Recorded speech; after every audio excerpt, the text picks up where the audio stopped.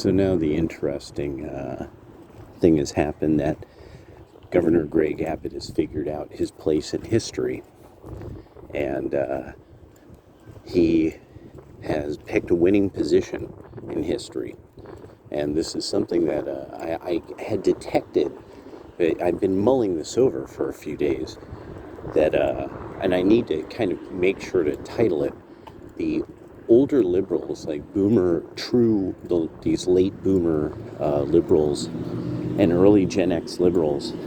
They really don't know what the young activists got up to over about the last 15 years.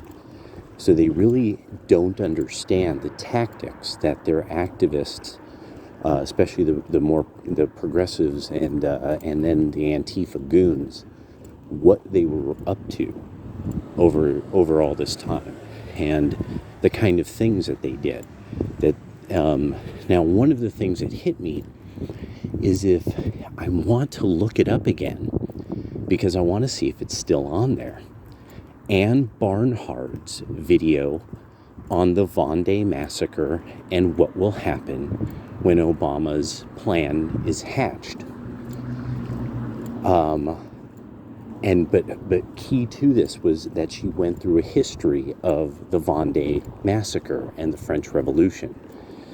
When she did this video many, many, many years ago, I think 8 or 9 years ago now, maybe more, this video was one of the only videos in English on YouTube that had the word Vendée and massacre in it. There was Vendée stuff about like touring the region of Vendée in France, but there was nothing. There was no English discussions of the French Revolution and the massacre of the farmers and the rural people of the area called the Vendée. And then the rise of, his name is so difficult for me to remember. I can't believe it. And his last name starts with an R, and it's this really complicated, like one of those French names. It's like two names put together in a weird way that you're like, wait, what? Robinette, Richard or something. But it was, but it's like Roche. Actually, is Roche something, Roche, I believe, something or other. But I'd have to look it up again. But so, Ann Barnhardt she was one of the first dissident Catholics. She was one of the first of the chief people who was like, don't trust the new Pope. He's associated with the Peronists in Argentina. Very few people had any idea like that about, even American conservatives really didn't think there was still a faction there that were like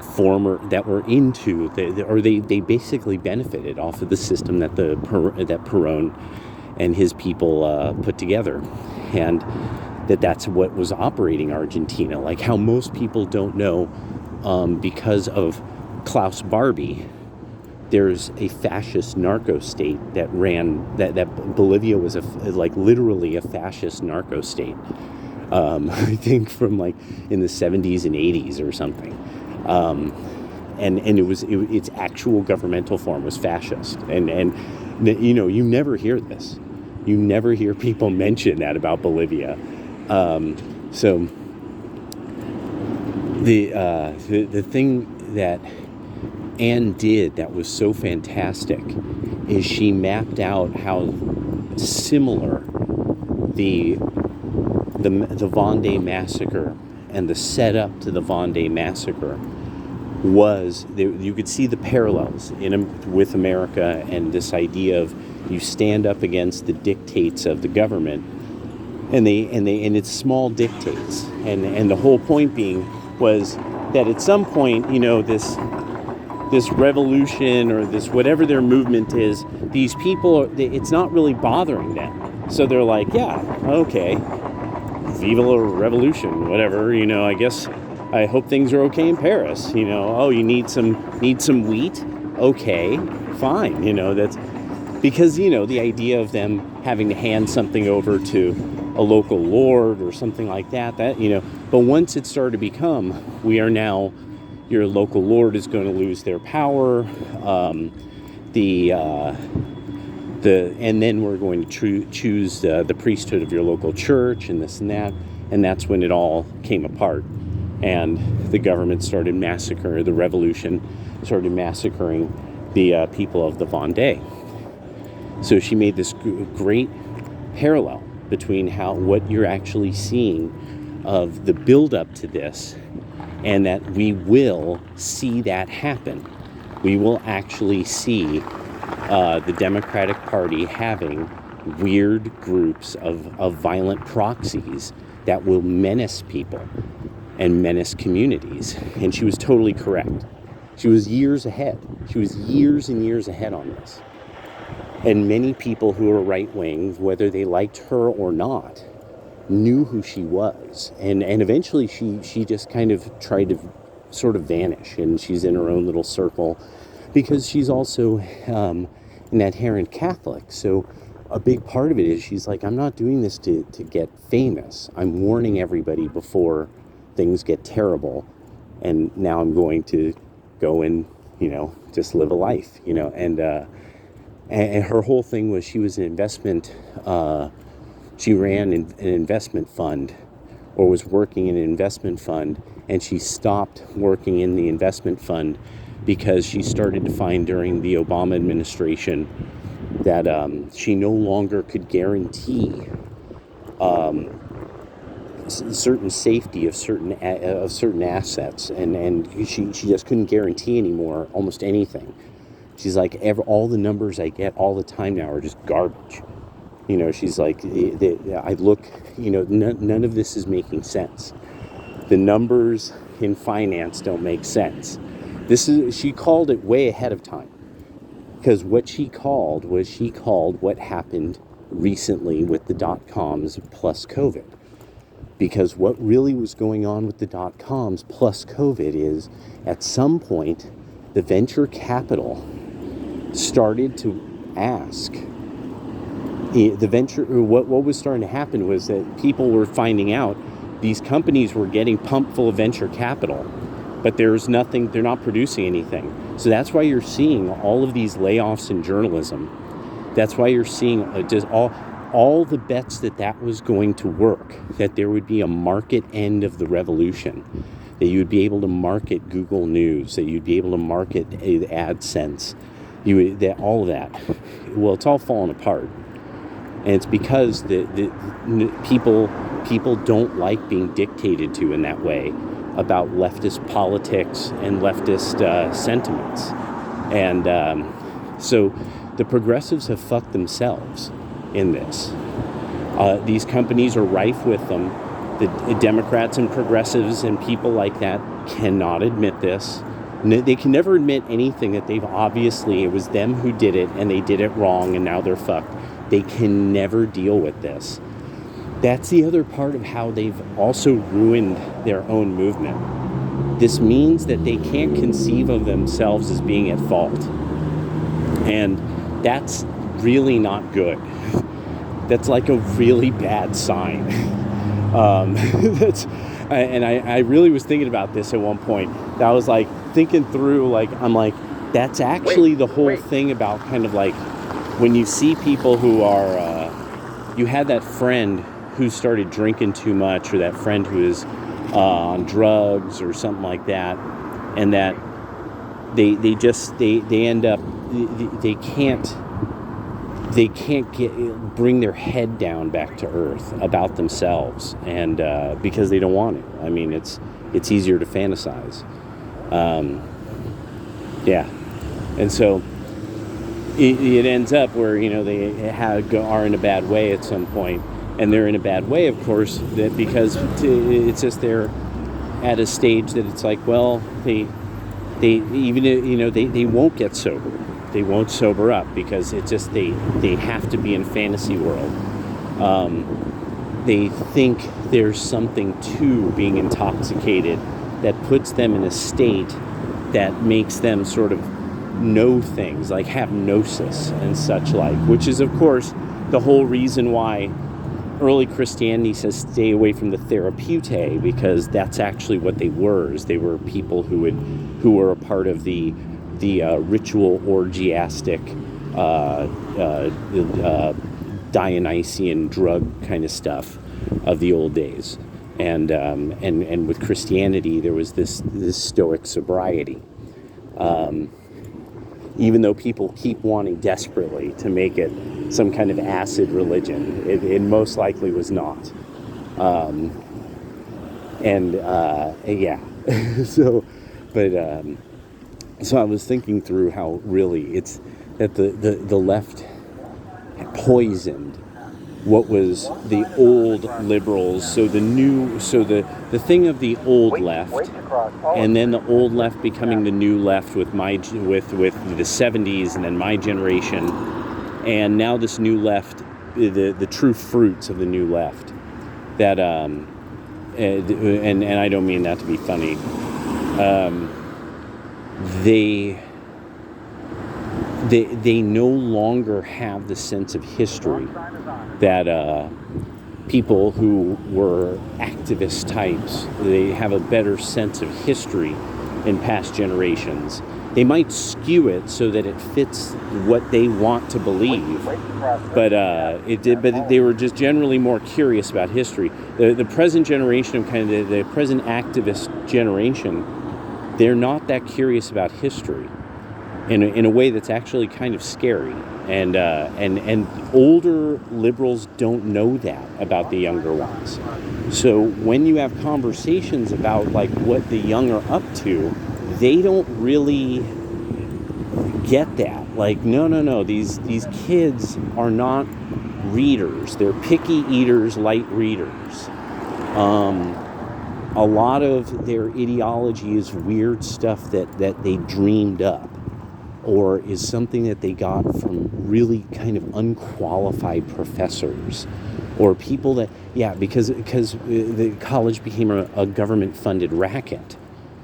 So it just, and like anything, if there's too much money in it, what you start getting is knockoffs and low quality.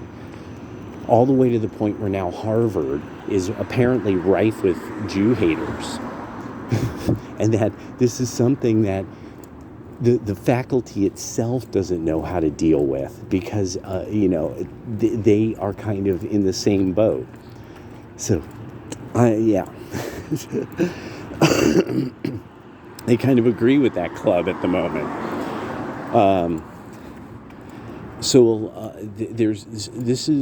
Because this came up before, that there was the activists sort of sealed certain information off from normal people.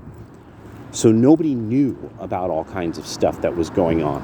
So then Trump was this big surprise to them. And because they had no idea. They thought, well, how could he possibly be popular? And he was popular because of a lot of the black youth violence that was happening, that journalists and activists were suppressing and desperately still need to. That all the type of like Democrat and liberal and progressive shills, leftist shills, anti-right-wing, quote-unquote, kind of anti-red pill shills, all these types of people, they actually have a real problem now, because there's this whole thing of them trying to,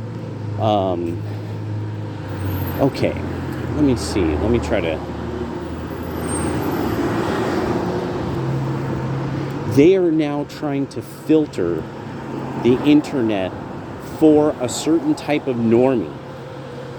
A type of, for a normie who's now finding YouTube and is finding the political shows on YouTube.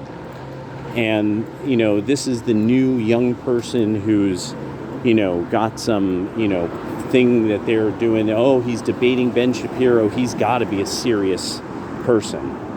Ben Shapiro wouldn't just debate anybody, and actually Ben Shapiro would just about debate anybody. I think even to his own admission, by his own admission. And so, I was thinking about how, well, now it's like this idea that Hassan Piker or Cenk Uyghur, like these are big minds or something, and everyone's seeing, they have no idea how badly that they're coming across. They really don't understand, like how people who really know people are good at speaking. They read nonfiction. They're sitting there going, something is no, because Cenk, it's obviously a bombastic kind of, sort of just a bombastic weirdo. That he doesn't get how bombastic and weird he sounds with Destiny. He's just not a good public speaker. He does all the things that usually irritate people when they watch a person speaking. And in fact, there's a lot of things about him that, like, you visually are unappealing. Like Vaush figured it out, that he's like, oh, I'm visually unappealing to people, and that's a big problem. And so he actually kind of got his look a little tighter. I've always thought that was kind of fascinating that he did that, because there was so much like physiognomy check on Vaush kind of jokes. But they still don't get, no, your personality comes through, and leftists really aren't likable. and you don't get it. Like, you don't get it's coming through. Like, and because they're not doing it like the old days. And I was thinking about this with like Donahue and all those old shows, that the way people, there was a lot of personality involved. And that was a big part of sort of the hustle of all that, to get people to buy into the old left. But what ended up happening, of course, is at some point people were like, okay, are all these ideas good ideas? They look at the numbers and they're like, well, no. And then the numbers correspond when it correlates to reality. Look at all these people who have now been on public benefits for multiple generations. This obviously didn't work the way that we thought it was going to work. Well, that's it. That's rational thought. The whole emotional part of it is this, well, no, the poor will always be with us. The creator of the universe told us this when he was a human. Just think about that for a second. That's our reflection on it. It's one of the standards. It's just one of the things about the way the world is. Like the sun being in the sky, that kind of thing, and there will always be brokies, that's it. And so somewhere there will be somebody who's broke as fuck, and that's pretty much it. So I was thinking about how now, because the liberals they had these great minds of a past era, so they think that still exists, and they don't know about their young Turks, quote unquote. They don't know how not brilliant the young are on their political side, that these young liberals are just not that bright. And it's and that's the only thing I could really but it's even beyond that. It's an actual resentment of sort of knowing that they don't have access to knowledge. And the more that the right has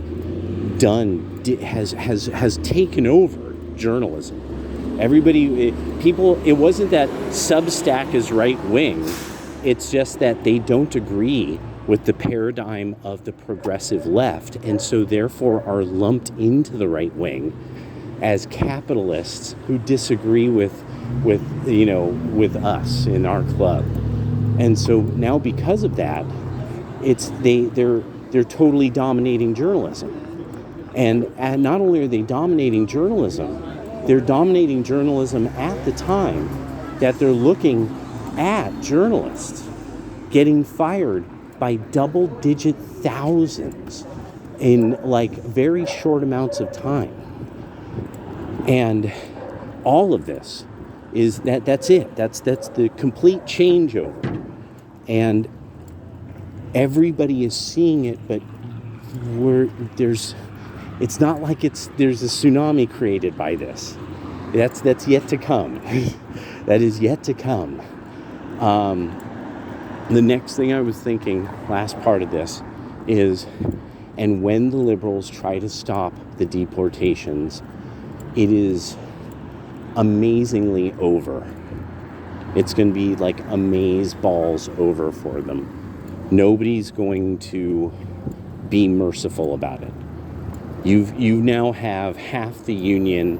So, and this is easily at this stage with was it 48 contiguous states. So this means the majority of the contiguous states now.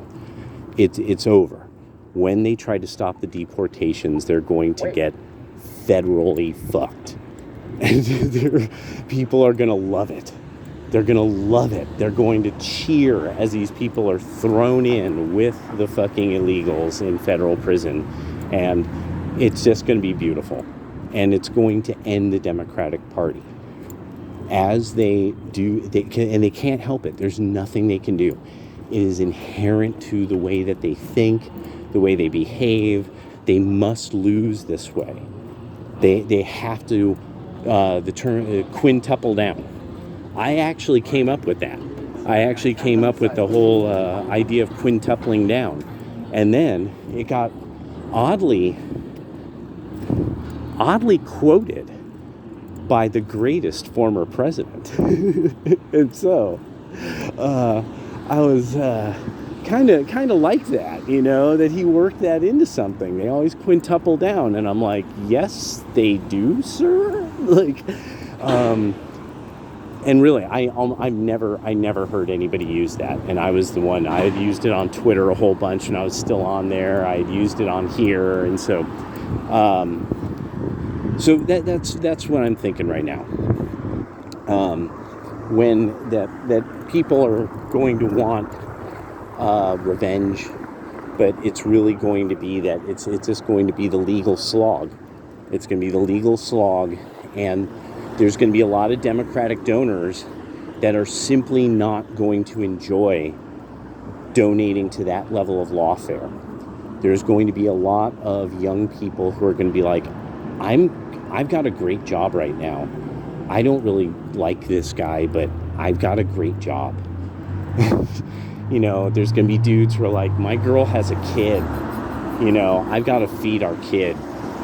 I don't like this guy, but, I don't want to be his friend, but he's doing a pretty good job, and he doesn't take any money for the job. He takes $1. No, he takes $1 because he has to take something. So he takes $1. That's great. And I mean, that's brilliant. That alone told everything, where it's like, nope, by law, I have to take $1. It's like, yes, why? Yeah, okay, all right, but all right, later.